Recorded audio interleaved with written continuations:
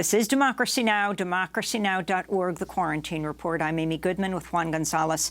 On Tuesday, President Trump made no mention of George Floyd's funeral, nor did he send condolences to his family on the day that George Floyd was laid to rest.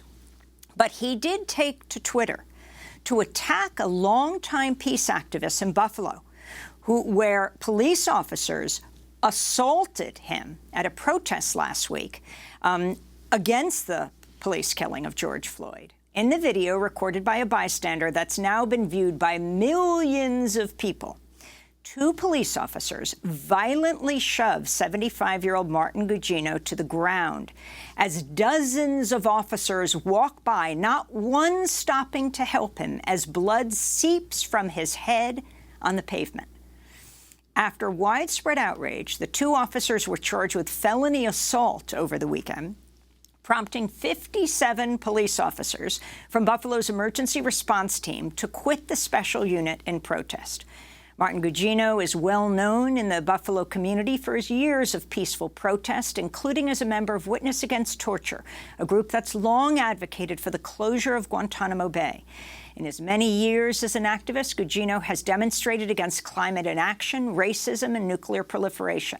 On Tuesday, while President Trump did not mention George Floyd, he attacked Martin Gugino as he lay in the hospital. Trump tweeted, quote, "Buffalo protester shoved by police could be an Antifa provocateur. 75-year-old Martin Gugino was pushed away after appearing to scan police communications in order to black out the equipment.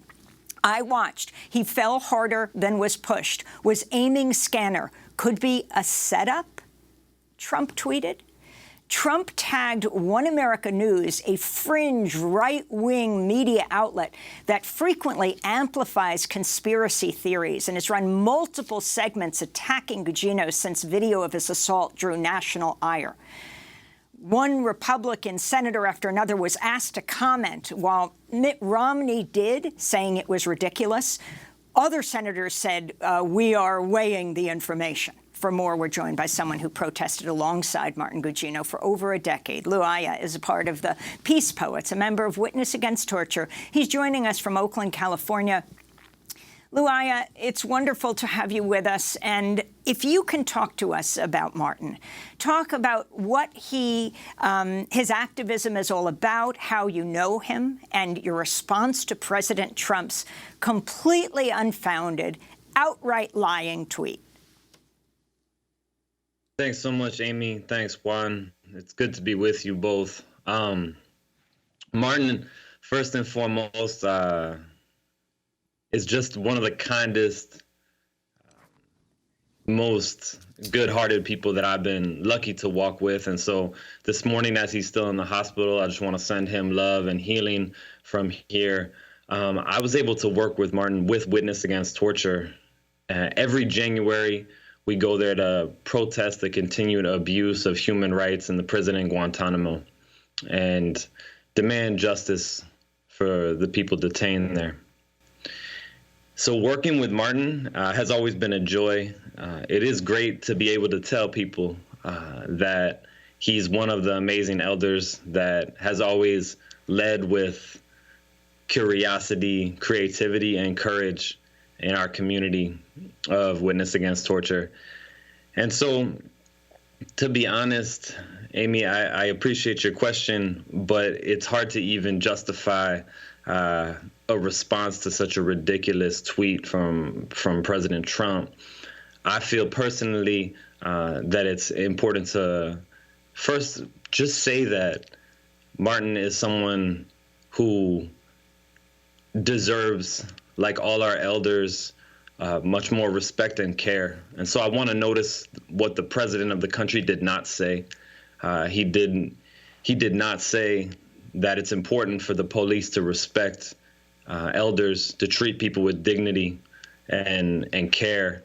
And so that, to me, in the face of having seen what happened to this friend of mine, who was pushed over, when I heard his head hit the pavement, I jumped towards the screen where I was watching it, just because so I could try to help him the same way that I feel like a lot of us respond to seeing these images of violence. And I just want to point out the absence of that, the absence of care and compassion for all our people, and especially for our elders. And so for Martin, again, someone who just always led with kindness, with love and respect, it's really painful to see that lack of care, and of course see the opposite, the criminalization of dissent, and trying to create a narrative in which he is the enemy, which is really painful, because I know he was out there, and I want to raise up Martin's one response so far since the attack. And he was all he said was he wanted to be clear that his statement was Black Lives Matter. And Lou, I wanted to ask you, many of us, we keep being astounded when we think that this president has reached a new low, but he always manages to find an even deeper low to drop into. I wanted to ask you about some of the work that you did with Martin. I'd Witness Against Torture. What were some of the activities you were involved in together, and what drove him to be involved? Yeah. So the work that we would do is every January we go to DC for a week of fasting and action and prayer. So it's really an advocacy week in which we spend all day, every day together, thinking about the ways in which we can creatively express our outrage at the continued injustices perpetrated by our government. And so our time together was really often spent in circles, deciding how are we going to best do a creative action, and then going out into the streets of D.C., to the Supreme Court, to the White House, to express to the government as well as to the people the need for human rights in Guantanamo and all military prisons, as well as prisons throughout this country. I wanted to go to Martin in his own words. Martin Gugino recently submitted a video statement to a judge in Georgia presiding over the case of the Kings Bay Plowshares, the 7 peace activists who broke into a nuclear submarine base in 2018. Martin quoted from the Reverend Martin Luther King, Jr. It really starts with this quote of Martin Luther King that the moral arc of the universe is long, but it bends towards justice. What he doesn't say there is that it doesn't bend itself. We have to bend it. We have to go out into the culture and act justly, act morally, do good, and little by little, it will bend. We'll bend the culture towards justice. And some of the times, the culture doesn't want to be bent. And so there'll be a conflict, and that's just part of it. And Martin Luther King knew very well the possibilities.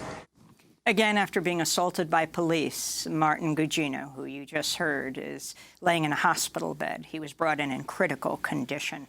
I wanted to give you a chance to sing the song that you wrote, Lou, to share it with us now.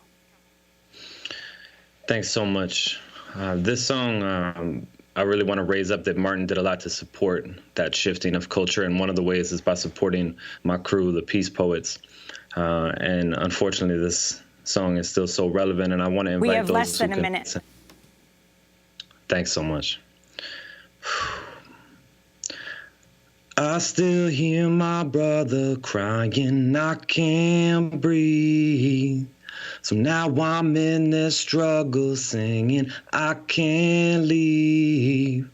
We calling out the violence of these racist police, and we ain't gonna stop till our people are free. We ain't gonna stop till our people are free. And right now, across the country, I know that I could hear my people rising up singing this. Defund the police, give that money to community, till black people free. We are rising up in unity. Thank you for having me here, and I hope that people keep singing in these streets, because that's what all of our people out there doing love and respect to all our people rising up. Thank you for having me today. Luaya, thank you so much for being with us. A member of the Peace Poets and member of Witness Against Torture. He protested alongside Martin Gugino for over a decade. That does it for our broadcast. I'm Amy Goodman with Juan Gonzalez. Stay safe.